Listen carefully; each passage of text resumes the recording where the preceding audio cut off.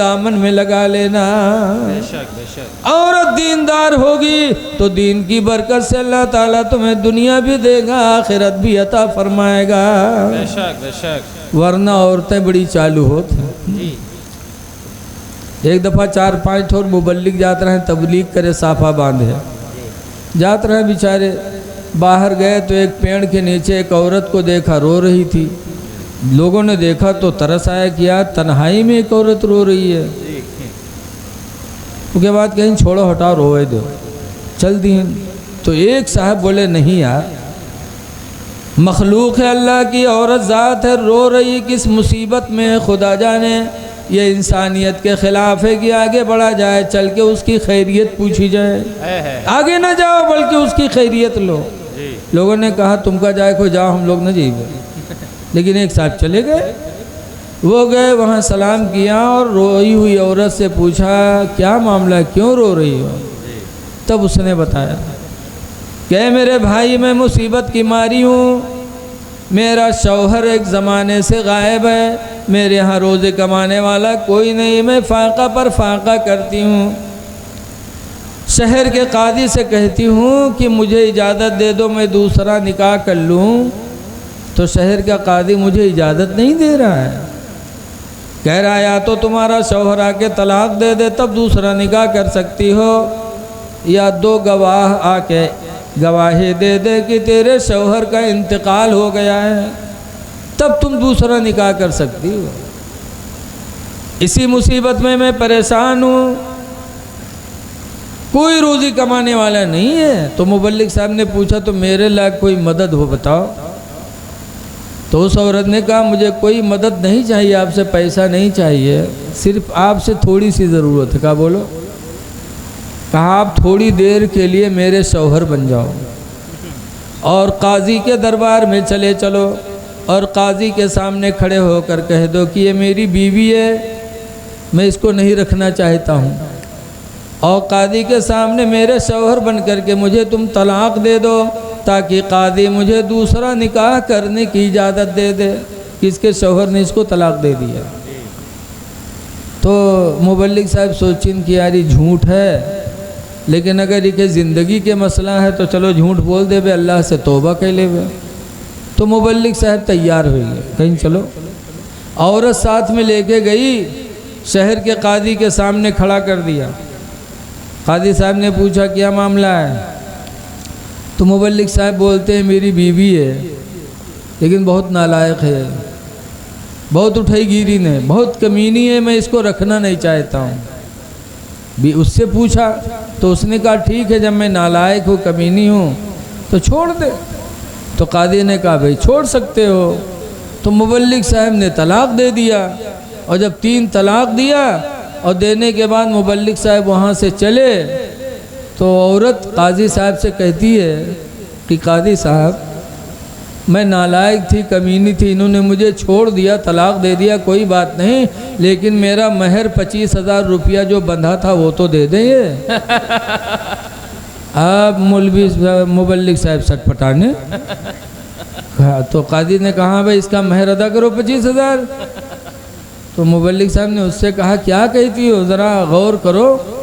کہا غور ہو گیا، جب میں نالائق ہوں، کمینی ہوں، تمہارے لائق نہیں ہوں، چھوڑ دیا ہے تو 25,000 مہر جو بندھا تھا اس کو تو دے دو۔ قاضی صاحب نے کہا اس کا مہر ادا کرو۔ اب مبلغ صاحب اگر کہہ دیں جھوٹ ہے تو 420 بند ہوئے۔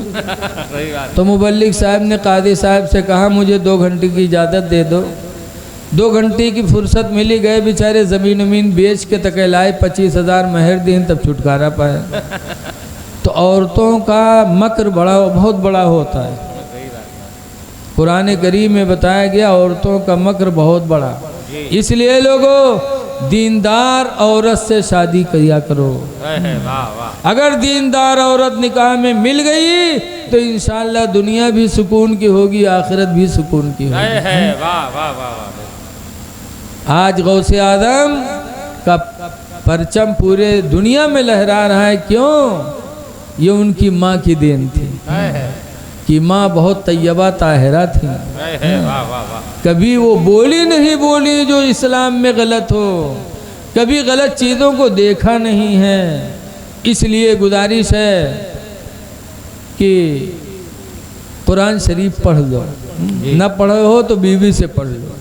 بیوی نے اپنے شوہر کو قرآن پڑھا دیا، اور جب قرآن پڑھا دی تب ایک دن بیوی پھر کہا تھا، اے میرے پیارے شوہر ایک تمنا ہماری اور ہے۔ کہا کیا؟ کہا جاہل تھے قرآن کے قاری ہو گئے، اب دوسری تمنا میری یہ ہے کہ صبح اٹھا کرو تو نماز فجر پڑھ لیا کرو، کیونکہ فجر پڑھو گے منہ ہاتھ دھلو گے، اور فجر پڑھ لو گے تو چہرے پہ نماز کی برکت سے نور برسے گا، اور اسی بہانے تلاوت قرآن حکیم ہو جائے گی۔ پڑھ لو۔ اس لیے کہ حضور نے فرمایا من ترک صلاۃ الفجر، جس نے نماز فجر کو چھوڑا فلیس فی وجہہ نور، تو حضور فرماتے اس کے چہرے پہ کوئی چمک نہیں ہوگی۔ تو غصائے گا کہیں تھا انگلی پکڑے ہو تو پکوڑا پکڑے کوشش کر دو، قرآن پڑھائے پائے تو نماز پر نمبر لگائے ہو، غصان۔ تب بیوی کیسے میرے پیارے شوہر 5 وقت کی نماز اللہ نے فرض کیا ہے، 4 وقت تمہاری مرضی، لیکن ایک وقت ہماری مرضی سے پڑھ لو۔ نماز فجر اٹھ کے پڑھ لو، 10 منٹ پہلے اٹھ لو، منہ ہاتھ دھلتے ہی ہو، وضو کر کے نماز فجر پڑھ لو۔ خیر بیوی نے منانا شروع کیا، شوہر مان گیا، نماز فجر پڑھنے لگا، اور نماز فجر پڑھتے پڑھتے اللہ نے وہ برکت عطا فرمائی کہ 5 وقت کا خود بخود نمازی ہو گیا۔ کیوں؟ اللہ کا وعدہ کبھی غلط نہیں ہے۔ 21ویں پارے کے شروع میں اللہ فرماتا ہے ان الصلاۃ تنہی عن الفحشاء والمنکر، بے شک نماز برائیوں اور بے حیائیوں سے روک دیتی ہے۔ اس لیے گزارش ہے کہ قرآن پڑھو، نمازوں کی پابندی کرو، اور ایک دوسرے کے ساتھ اچھا برتاوا کرو۔ آج بات پہ ہم لوگ جھگڑا کرتے ہیں، صبر نہیں کر پاتے۔ غوث اعظم کے ماننے والوں ذرا غوث کی زندگی دیکھو۔ ایک دن بغداد کی ایک گلی سے جا رہے تھے، ادھر سے ایک نوجوان آ رہا تھا، اور قریب میں آیا نہ بات نہ چیت، اس نوجوان نے آتے آتے غوث اعظم کے چہرے پہ تماچا مارا۔ تو غوث اعظم بجائے بدلہ لینے کے دوسرا گال پیش کر دیا، ایسے کر لو اس کو بھی لو۔ جب دوسرا رخ پیش کیا تو مارنے والا نوجوان شرمندہ ہو گیا، کہنے لگا اب تعجب ہے، آپ کو بدلہ لینا چاہیے، اور بجائے بدلہ لینے کے آپ نے دوسرا رخ پیش کر دیا۔ تو غوث اعظم کہتے ہیں کیا بدلہ لوں؟ تم نے میرے ساتھ احسان کیا ہے، ہاں وعدہ کرتا ہوں کہ اگر اللہ نے آخرت میں مجھے جنت دیا تو بغیر تمہیں ساتھ لیے میں جنت میں نہیں جاؤں گا۔ تم نے میرے ساتھ احسان کیا۔ وہ نوجوان اور شرمندہ ہو گیا، کہنے لگا اے عبدالقادر جیلانی، میں نے احسان کیا میں نے تو بغیر غلطی کے تمہیں تماچا مارا ہے۔ تو غوث پاک کہتے ہیں تم نے بغیر غلطی کے مجھے تماچا مارا، مجھے غصہ پیدا ہوا، پھر میں نے غصے کو پی لیا اور میں نے صبر کر لیا، تو صبر کی نیکی تمہارے وجہ سے مجھے مل گئی۔ تم مارے نہ ہوتے تو صبر کرنے کا موقع کہاں ملتا، تو صبر کی نیکی تمہاری وجہ سے مجھے نصیب ہوئی ہے، اس لیے میں تمہارا احسان مانتا ہوں۔ اگر قیامت میں اللہ نے جنت دی تو میں تمہیں جنت میں لے کے جاؤں گا۔ وہ نوجوان غوث اعظم کے قدموں میں گرا اور رونے لگا، کہا عبدالقادر جیلانی مان گیا کہ اللہ تعالیٰ کے لیے تم نے اپنے نفس کو ختم فرمایا۔ فوراً وہ غوث اعظم کا سچا پکا مرید ہو گیا۔ اے لوگو، یہ ہے غوث اعظم کہ صبر کرتے تھے۔ کیوں نہ صبر کریں، نبی کریم کی اولاد ہیں۔